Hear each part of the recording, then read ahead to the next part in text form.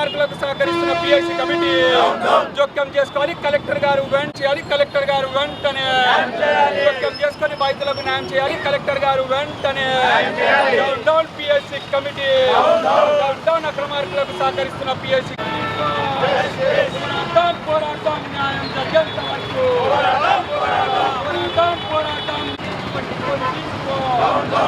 Down PSC committee న్యాయం చేయాలి.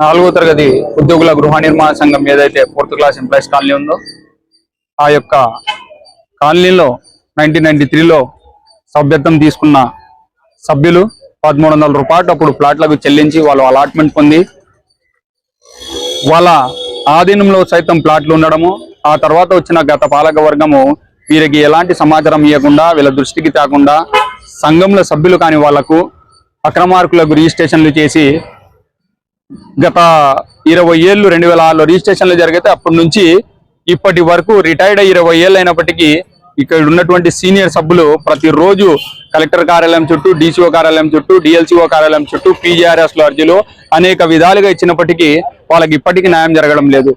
గత జిల్లా కలెక్టర్ గారు స్పందించి ఈ యొక్క 4 నివేదికలు ఏవైతే గతంలో విచారణ నివేదికలు జరిగి అక్రమాలు జరిగాయని నిర్ధారించారో ఆ విధికలను అమలు చేయాలని జిల్లా కలెక్టర్ గారు ఆదేశిస్తే కూడా వాటిపై ఎలాంటి చర్యలు లేవు.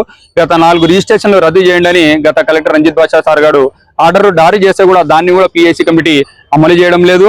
పాలక వర్గం అక్రమాలకు పాల్పడిందని వాళ్ళను రద్దు చేసి వారి స్థానంలో కోఆపరేటివ్ సొసైటీ అధికారులతో పిఎస్సి కమిటీని ఏర్పాటు చేయడం జరిగింది. పిఎస్సి కమిటీ ఏర్పాటై సంవత్సరం కాలం గడిచిపోయింది. ఇప్పటి వరకు ఒక సమావేశం ఏర్పాటు చేయలేదు.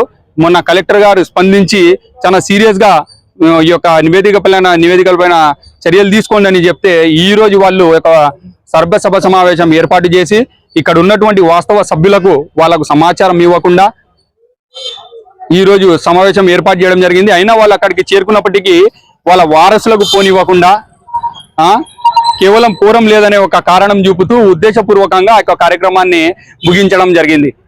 అయితే ఇది మొత్తం అక్రమార్కులకు సహకరించడానికి ఒక ప్రణాళికబద్ధంగా జరిగిన ఈ యొక్క డ్రామాని ఈ రోజు 90 ఏళ్ళు 70 ఏళ్ల వయసులో ఉన్నటువంటి సీనియర్ సభ్యులు వాయాప్రయాసాలు కూర్చి ఆరోగ్యాలు పాడు చేసుకొని ఎంతో మంది కాలం చెందినారు. అయినా వాళ్ళకి ఇప్పటి వరకు న్యాయం జరగలేదు. వాళ్ళకి ఈ తరహాగా తిప్పడం ఏ వరకు న్యాయమని ఇక డీసీఓ కానీ డివిఎస్సి కమిటీ కానీ ఏ కోఆపరేటివ్ సహకార అధికారులు న్యాయం చెయ్యరు అని గత 20 సంవత్సరాల్లో తేలిపోయింది.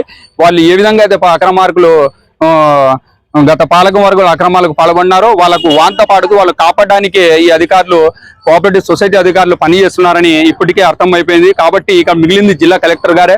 కనీసం జిల్లా కలెక్టర్ గారే దీంట్లో సీరియస్గా స్పందించి వాళ్ళపై చర్యలు తీసుకుంటే తప్ప బాధితులకు న్యాయం జరగదు. ఇంకా ఇంతకాలం తిరిగి వీళ్ళ తండ్రులు ఇప్పుడు వారసులు తిరుగుతున్నారు, వాళ్ళ కాలం చెందినారు. ఇకపై న్యాయం చేయకుంటే వీళ్ళకు కూడా అదే పరిస్థితి పడుతుంది. వాళ్ళు కూడా కాలం